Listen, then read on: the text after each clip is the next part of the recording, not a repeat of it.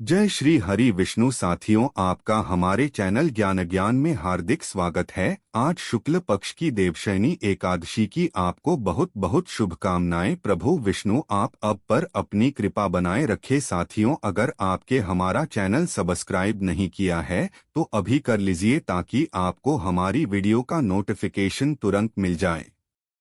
साथियों, आपको बता दें कि ब्रह्मा वैवर्त पुराण में देवशयनी एकादशी के विशेष महात्म्य का वर्णन किया गया है। इस व्रत से प्राणी की समस्त मनोकामनाएं पूर्ण होती हैं। आषाढ़ मास के शुक्ल पक्ष की एकादशी को ही देवशयनी एकादशी कहा जाता है। इसी एकादशी से चातुर्मास का आरंभ माना जाता है। इस अवधि में कोई भी शुभ कार्य जैसे विवाह आदि नहीं किया जाता। मान्यता है कि इस दिन से भगवान श्री हरि विष्णु क्षीरसागर में शयन करते हैं और फिर 4 माह बाद उन्हें उठाया जाता है। उस दिन को देवोत्थानी एकादशी कहा जाता है। इस बीच के अंतराल को ही चातुर्मास कहा जाता है। देवशयनी एकादशी को देव देवशनी, महा एकादशी, थोली एकादशी, तेलुगु, हरि देवशयनी, पद्मनाभा शयनी तथा प्रबोधनी एकादशी भी कहा जाता है। साथियों, इस दिन अगर आप व्रत करते हैं तो आपको इस व्रत की कथा सुनना अनिवार्य है। तो चलिए आपको सुनते हैं। देवशयनी एकादशी व्रत कथा। धर्मराज युधिष्ठिर ने कहा, हे केशव, आषाढ़ शुक्ल एकादशी का क्या नाम है? इस व्रत के करने की विधि क्या है और किस देवता का पूजन किया जाता है? श्री कृष्ण कहने लगे कि हे युधिष्ठिर, जिस कथा को ब्रह्मा जी ने नारद जी से कहा था वही मैं तुमसे कहता हूँ। एक बार देवऋषि नारद जी ने ब्रह्मा जी से इस एकादशी के विषय में जानने की उत्सुकता प्रकट की। तब ब्रह्मा जी ने उन्हें बताया, सतयुग में मांधाता नामक एक चक्रवर्ती सम्राट राज्य करते थे। उनके राज्य में प्रजा बहुत सुखी थी, किंतु भविष्य में क्या हो जाए यह कोई नहीं जानता। अथ वे भी इस बात से अनभिज्ञ थे कि उनके राज्य में शीघ्र ही भयंकर अकाल पड़ने वाला है। उनके राज्य में पूरे 3 वर्ष तक वर्षा न होने के कारण भयंकर अकाल पड़ा। इस अकाल से चारों ओर त्राहित्राही मच गई।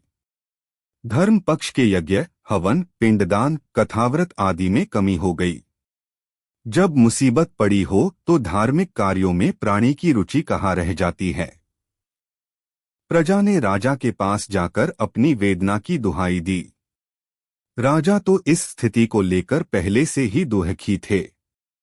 वे सोचने लगे कि आखिर मैंने ऐसा कौन सा पाप कर्म किया है जिसका दंड मुझे इस रूप में मिल रहा है।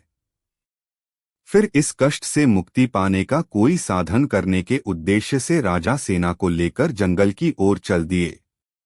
वहां विचरण करते करते एक दिन वे ब्रह्मा जी के पुत्र अंगिरा ऋषि के आश्रम में पहुंचे और उन्हें साष्टांग प्रणाम किया। ऋषिवर ने आशीर्वचनोपरांत कुशल क्षेम पूछा।